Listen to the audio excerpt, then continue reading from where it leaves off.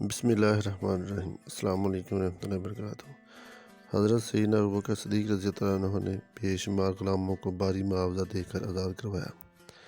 آپ رضی اللہ عنہ اس مشکل وقت میں اپنے مسلمان بھائیوں کی مالی امداد بھی فرمائی۔ حضرت سیدنا ابوبکر صدیق رضی اللہ عنہ نے ابتدائے اسلام میں 7 ایسے غلام جنہیں اسلام قبول کرنے کی وجہ سے تشدد کا نشانہ بنایا جاتا تھا، بھاری معاوضہ دے کر خریدا اور آزاد کر دیا۔ ان غلاموں میں حضرت سیدنا بلال، حضرت عامر بن فہمیرہ رضی اللہ عنہ جیسے جلیل القدر صحابہ بھی شامل تھے۔ حضرت سیدنا ابوبکر صدیق رضی اللہ عنہ کی شان میں اللہ عز و جل نے سورہ بقرہ میں ارشاد فرمایا، جو لوگ اللہ تعالیٰ کی راہ میں اپنا مال خرچ کرتے ہیں وہ مال خرچ کرنے میں کبھی تو پوشیدہ رہتے ہیں اور کبھی ان کا اظہار ہو جاتا ہے،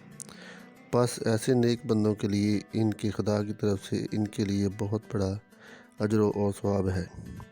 حضور نبی کریم صلی اللہ علیہ وسلم نے حضرت سیدنا ابوبکر صدیق رضی اللہ عنہ کے بارے میں فرمایا، مجھے جس قدر نفع حضرت سیدنا ابوبکر صدیق رضی اللہ عنہ کے مال سے پہنچا، اتنا نفع کسی اور کے مال سے نہیں پہنچا۔ حضرت سیدنا ابوبکر صدیق جب حضور نبی کریم صلی اللہ علیہ وسلم کا یہ فرمان سنا تو آپ رضی اللہ عنہ رو دیے اور عرض کیا، یا رسول اللہ، میری ذات، میرا مال و متاع سب آپ صلی اللہ علیہ وسلم کے لیے وقف ہے۔ حضرت بلال رضی اللہ عنہ کو حضرت سیدنا ابوبکر صدیق رضی اللہ عنہ نے غلامی کی زنجیروں سے نجات دلائی۔ آپ رضی اللہ عنہ نے جب اسلام قبول کیا تو آپ رضی اللہ عنہ کے مشرک آقا نے ظلم و ستم کے پہاڑ توڑ دیے اور وہ آپ رضی اللہ عنہ کو تپتی ریت پر لٹا دیتا اور اوپر پتھر کی بھاری سیل رکھ دیتا تھا اور کہتا تھا کہ حضور نبی کریم صلی اللہ علیہ وسلم کو رسالت کا انکار کر دو۔ ایک دن وہ ایسے ہی آپ رضی اللہ عنہ پر ظلم کا پہاڑ توڑ رہا تھا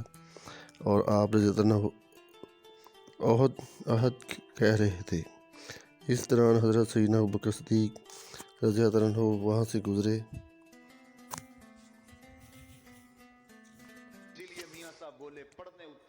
اور اس سے قبل بھی آپ رضی اللہ عنہ پر ظلم کے پہاڑ ٹوٹتے دیکھ چکے تھے، مگر اس دن برداشت نہ کر سکے اور آپ رضی اللہ عنہ 5 اقیہ سونے کے عوض خرید لیا اور آپ رضی اللہ عنہ کو لے کر حضور نبی کریم صلی اللہ علیہ وسلم کے پاس گئے اور حضور نبی کریم صلی اللہ علیہ وسلم کو گواہ بناتے ہوئے فرمایا، میں نے بلال رضی اللہ عنہ کو آزاد کیا۔ حضرت سیدنا علی مرتضیٰ رضی اللہ عنہ فرماتے ہیں، جب میرے والد ابو طالب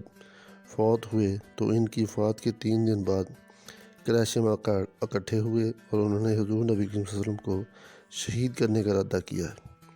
اس موقع پر حضرت سیدنا ابوبکر صدیق رضی اللہ عنہ آگے اور انہوں نے حضور نبی کریم صلی اللہ علیہ وسلم کا دفاع کیا۔